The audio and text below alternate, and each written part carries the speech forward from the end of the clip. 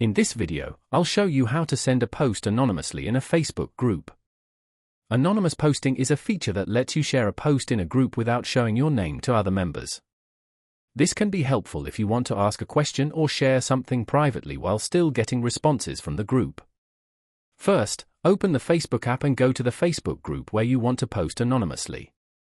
At the top of the group page, tap on Write Something or Create Post. Now look for the Post Anonymously option and tap on it.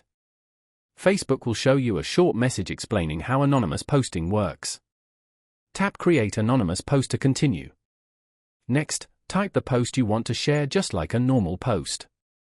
You can add text, photos, or other details if needed. Once your post is ready, tap Submit.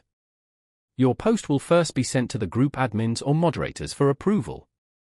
After it's approved, the post will appear in the group as anonymous member instead of showing your name. And that's it. That's how you can send a post anonymously in a Facebook group. If this video helped you, make sure to like the video and subscribe to the channel for more simple and helpful tech tutorials.